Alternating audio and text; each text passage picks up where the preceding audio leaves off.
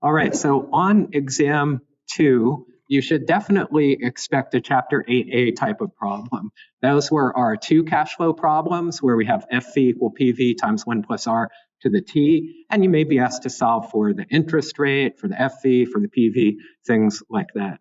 You definitely need to understand how cash flow diagrams work and is a given diagram for a lender or a borrower, and given all the key aspects of a problem, be able to draw a cash flow diagram.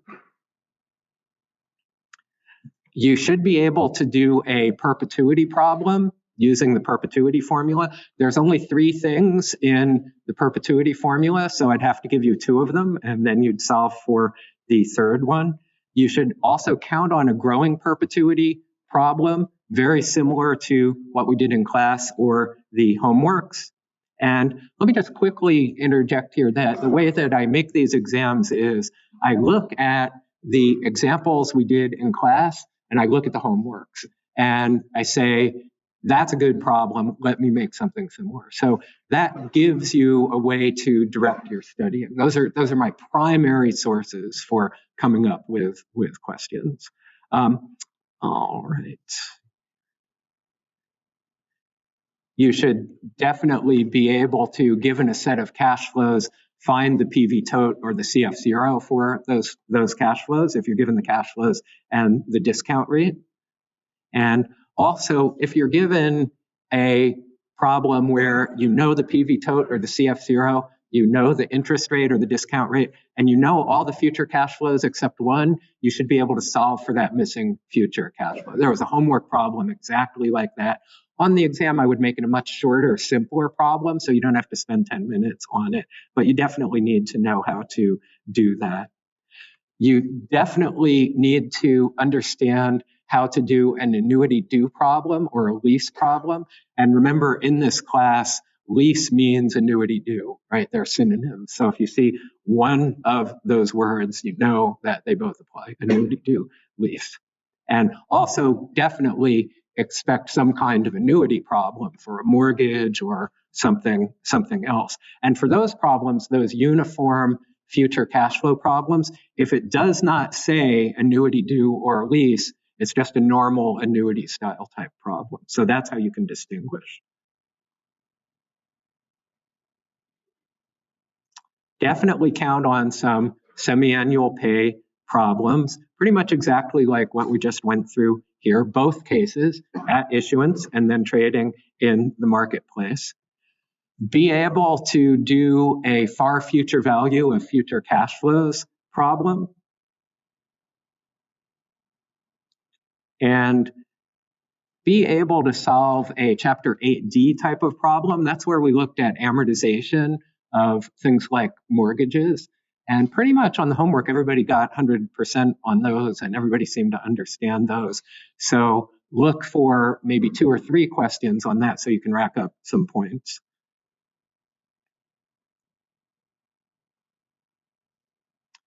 So for Chapter 10, there are 3 types of things that I could ask you for.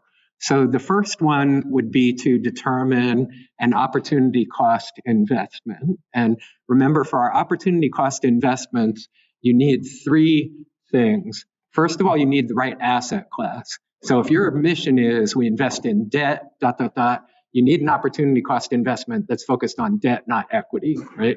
Second thing is it's got to be in your industry or the same milieu as your investment mission. So if your investment mission is investing in single-family home builders like D.R. Horton, the opportunity cost investment better be something from the single-family home building industry, not a REIT that collects money from getting the rents of an already existing multifamily building. And then finally, the last thing is the opportunity cost investment is always a diversified portfolio of stuff. So to continue with the home building industry example, an opportunity cost investment would not be Lennar, which is a competitor to D.R. Horton. It would be something like an exchange-traded fund that invests in a whole bunch of single-family home builders, right? Like KB Homes, Lennar, D.R. Horton, et cetera. And the second thing I could ask you is, remember, us and everyone else in the world except Warren Buffett puts project-specific risk in the future cash flows. And we developed a methodology for that where we'd say, here's the promised cash flow, and here's the cash flow we get if management does something stupid and screws up. And we think the probability of getting the promised cash flow is 90%.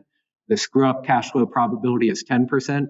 So our weighted average project risk adjusted future cash flow is just the weighted average of those two, right? So you need to be able to compute that. And the third thing is, if we have an investor who's using something like the opportunity investment method, and you're given her expected project risk adjusted future cash flow, you know what she is buying a bond for now, what would be the interest rate that she's using in that problem? That's just a two cash flow problem, right? You know the future value, you know the present value, and you just solve that for R, and that's the discount rate that she would be using. So for chapter 11A, count on one or two NPV problems, right? And remember, for NPV, all we're doing, NPV is very simple.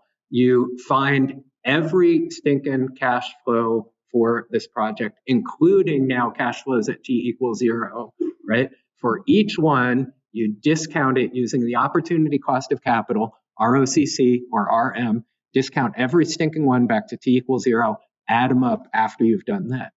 If the value is greater than 0, the NPV method is saying go for it. If it's less than or equal to 0, the NPV method is saying don't go for it. Put your money into the opportunity cost investment instead. So you should also count on one or two internal rate of return problems. Remember, the IRR is the interest rate or the discount rate that makes the NPV equal 0. So you're just writing the NPV equation again, you're setting it equal to 0, and you're solving for that unknown IRR interest rate or discount rate. How do you do that? You write out the equation, NPV equals 0, with all the numbers that you know, and the only thing you don't know is IRR, and then I'll give you 2 or 3 suggestions for what that IRR might be. You plug in, the one that gives you 0 is the right answer, right? Okay.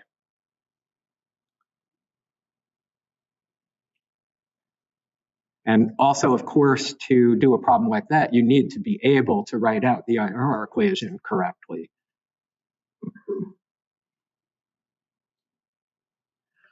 Also, remember that all 3 of our methods, discounted cash flow methods, NPV, IRR, and BCR, should all give you the same answer qualitatively, right? Not numerically, because they say we use different criteria for each one. But in other words, if you get an NPV for a project greater than 0, your IRR better be bigger than your opportunity cost of capital, and your BCR better be greater than 1. If you get an NPV greater than 0 and an IRR of less than your opportunity cost of capital, what's that tell you? You made a mistake in your calculation somewhere. So you need to go back and check. So then we ended up with chapter 11B, mutually exclusive, equal length projects. And the key things you need to know about that are, in almost all circumstances, the way to determine which mutually exclusive equal length project is best is to answer the question, who has the bigger NPV? And the project with the bigger NPV is the best project. And the reason for that is that's the project that increases the wealth of our firm the most. And there are cases when you need to use the payback method. And those are going to be cases where if you don't get your costs paid back quickly, you're going to run into trouble. Like, for example, if you don't get your costs paid back quickly, you might go bankrupt. To be very specific about this, if you have a project, this happens actually in real estate all the time. If you're a developer and you're building a single family home here in Oxford, you get a construction loan for a year that has to be paid back in a year. Basically, these developers fund almost all of the project with that loan. So you've got to choose a project where you can build and sell that house before the loan is due. Because if you haven't completed building and selling that house before the loan is due, you have no cash to pay back the loan. You're going to go bankrupt. So in a case like that, you use the payback method. You choose the project that pays off your costs as quickly as possible, right? And what is the key thing that we know about the payback method that is not true for DCF methods? Is the payback method a DCF method? Yes. No. Lots of no's, right? It is not. Okay.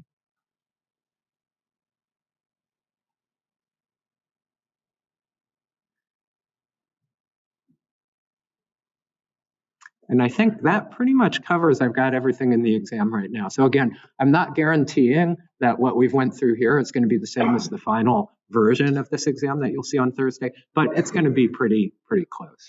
So give me a second to turn off the recording.